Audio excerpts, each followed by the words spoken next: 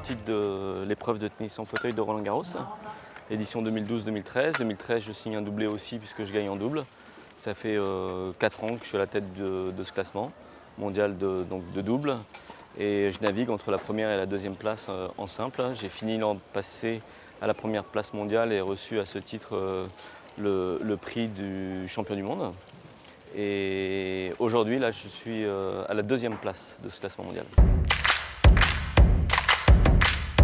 Très simplement, puisque je fais carrément abstraction du mot handicap en le remplaçant par adaptation. C'est-à-dire qu'aujourd'hui, on se déplace avec un fauteuil plutôt qu'avec 2 jambes. Et le matin, quand je me réveille, j'enfile ma prothèse comme si j'enfilais une chaussure. Pour moi, la notion de handicap est finalement tout autre et liée plutôt à une impossibilité à faire quelque chose, alors que là, j'ai trouvé une adaptation pour pratiquer un sport et pour au quotidien m'épanouir.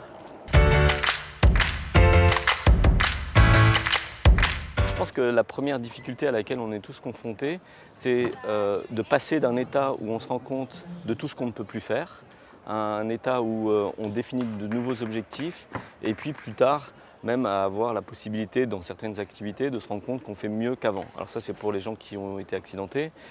Pour ceux de naissance, c'est différent, mais là, c'est l'entourage et peut-être aussi le fait de ne pas avoir de repères par rapport à ce qui a été fait avant qui fait qu'on se lance directement. Le premier conseil, ce serait de regarder autour de soi ce que les gens ont pu faire dans la même situation.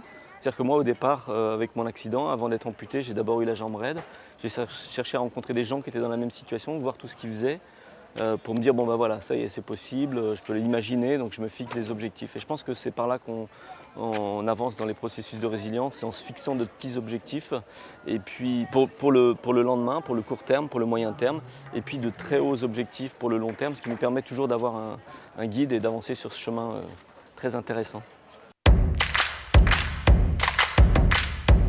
Je ne vais pas chercher trop loin dans ma mémoire pour qualifier mon plus beau souvenir, puisque ça fait maintenant une petite dizaine de jours que je remporte pour la 2e année consécutive notre tournoi du Grand Chelem, Roland-Garros, avec un score aussi épique que l'an passé, c'est-à-dire 7-6 au tie-break du 3e, un match juste fantastique.